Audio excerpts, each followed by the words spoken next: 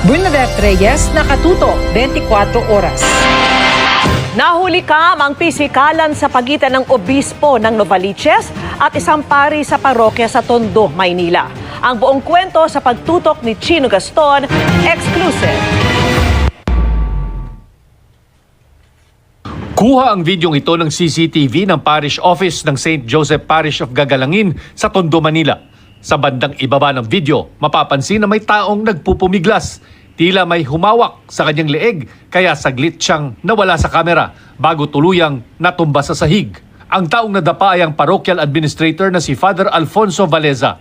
Ang nakabarong namang lalaki, si Novaliches Bishop Antonio Tobias. Nang makita ng mga parishioner ang nadapang pare, kinumpronta nila si Bishop Tobias. Nagkatulakan pa sa pagitan ng obispo at ang parishioner na si Lydia de la Cruz. Ayon kay Father Valeza, posibleng may kinalaman ang pagtanggal sa kanya sa mga unang paratang niya laban sa mga umano'y korap na pari. Nabigla ako kasi talagang sinakal ako dito na napakahigpit. Yung isang couple, one of the couples of Christ ay itinula. Kaya parang nabitiwan niya ako.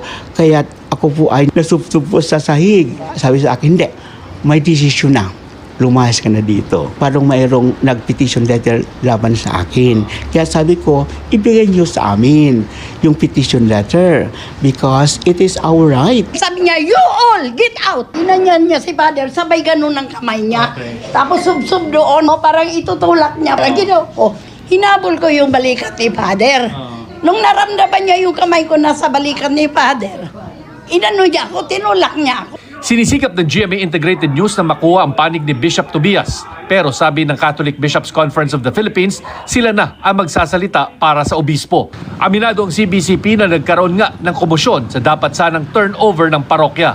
Pero ang nangyaring pisikalan, hindi raw para saktan si Father Valeza. Bukod sa mas maliit si Bishop Tobias, malayo raw ang agwat ng edad ng dalawa.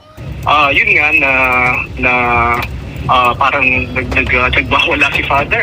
Parang hindi naman siya sinakal pero parang pinapacify siya. Parang pinapacify siya ni Bishop. For some reason, the interpretation was sinasakal.